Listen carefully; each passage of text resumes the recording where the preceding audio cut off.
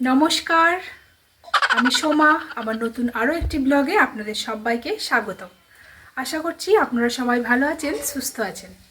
আমরাও বেশ ভালো আছি। আজকে হচ্ছে বৃহস্পতিবার, আর এখন সকালের দিকটা কটা বাজে? এখন 12টা বেজে গেছে। আর এই একটু আগে স্নান টান করে রেডি হয়ে নিয়েছি, পরে নিয়েছি একটা শাড়ি।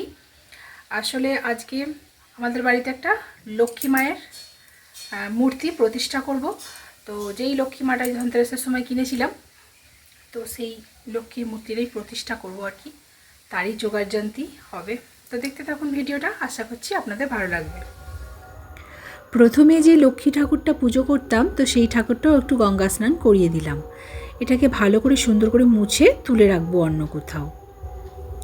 আর একে একে সব ঠাকুরকেই স্নান করিয়ে দেব। তাই শাঁখের মধ্যে করে গঙ্গা জল নিয়ে মহাদেবকেও একটুখানি স্নান করিয়ে দিলাম। আর মহাদেবকে তো এমনিতেই রোজই স্নান করাই। আর এদিকে বজরঙ্গবলীকেও একটু স্নান করিয়ে দিলাম। আর ঠাকুর স্নান করানোর আগে ঠাকুরের পুজোতে যা যা বাসন লাগবে সব মেজে পরিষ্কার করে ধুয়ে উবুড় করে রেখেছি। তো সেগুলো জল ঝরে গেলে ঠাকুরের আবার জোগাড় করতে হবে।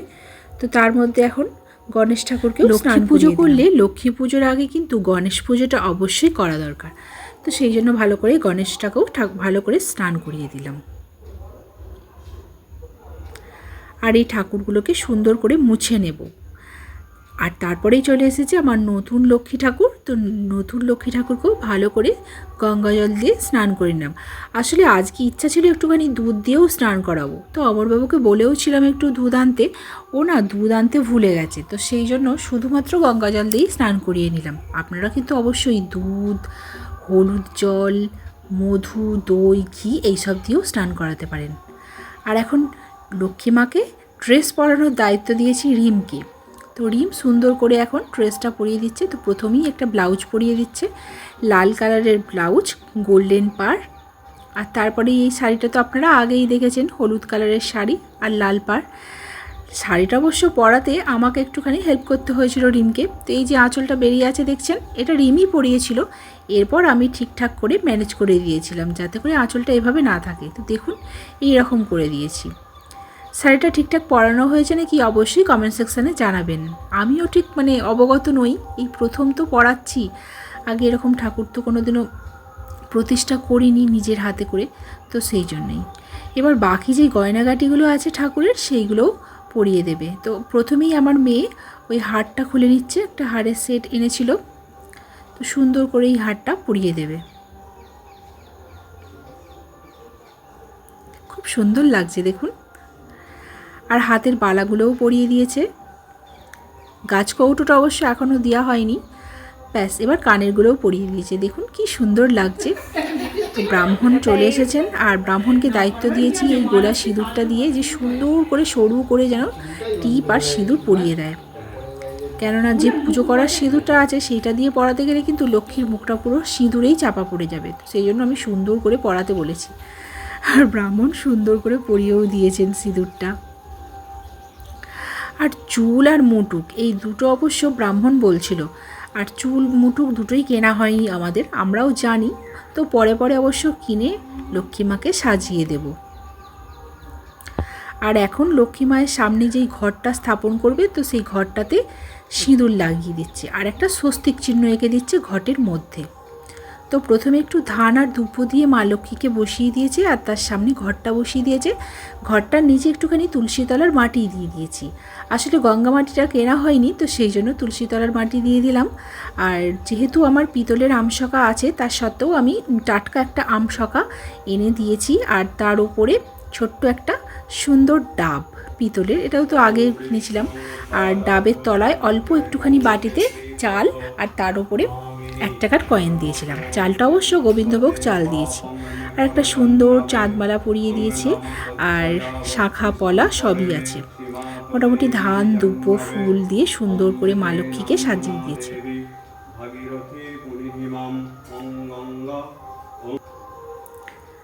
আর এদিকে আমার বাবু ধুনো উড়াচ্ছে, ওকেই ওই দায়িত্বটা দিয়েছি। কেননা ধুনোর যে আগুন জ্বালানা সেটা না আমি খুব একটা ভালো পারি না।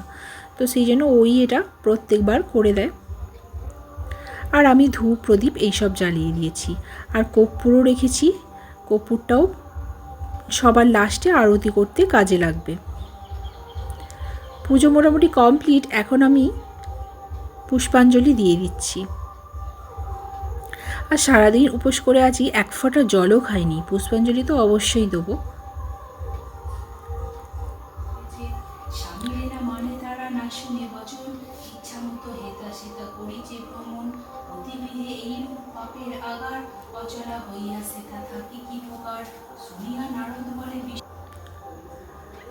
তো আমি এদিকে লক্ষ্মীর পাঁচালিটা পড়ে নিলাম। ব্রাহ্মণ বলল তুমি লক্ষ্মীর পাঁচালিটা পড়ো, তাই আমিই পড়ে নিলাম সুন্দর করে।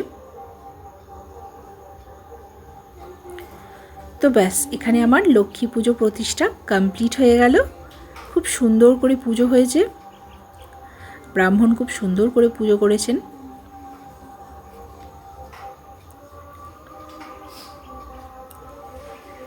তো পুজো সম্পন্ন হয়ে গেছে। আর আজকে নিরামিষ রান্না হয়েছে।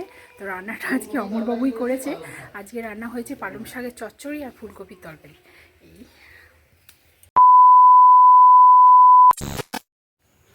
তো কালকে বাজার থেকে অমরবাবু নিয়ে এসেছে একটা বাতাবি। তো বাতাবি অনেকদিন খাওয়া হয় না, সেই ছোটোবেলায় খেতাম। তো সেটি এখন কাটিং করছি। লাল নয়, বাতাবিটা দেখছি কিরকম মিষ্টি হবে না কি জানি না।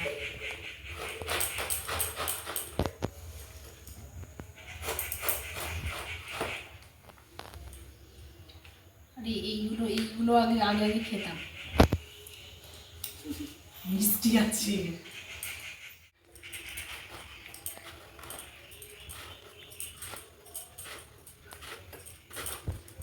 ব্যাস, এবার একটু ছাড়াবো।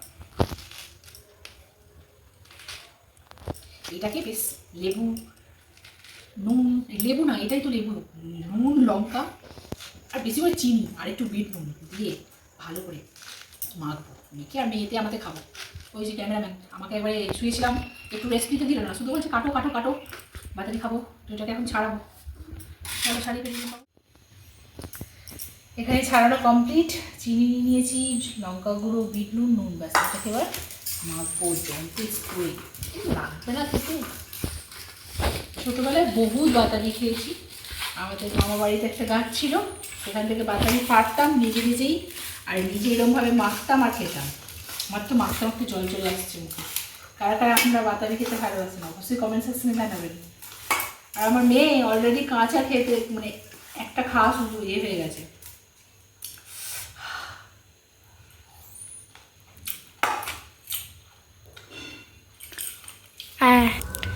তো আমার এখানে সন্ধে দেখানো কমপ্লিট হয়ে গেছে। তুলসী তলায় বাতি দিয়ে দিয়েছি। আর আজকে সন্ধ্যেবেলার টিফিন হচ্ছে নিরামিষ সিঙ্গারা, আর হচ্ছে কালো জাম, আর আছে খাস্তা গজা।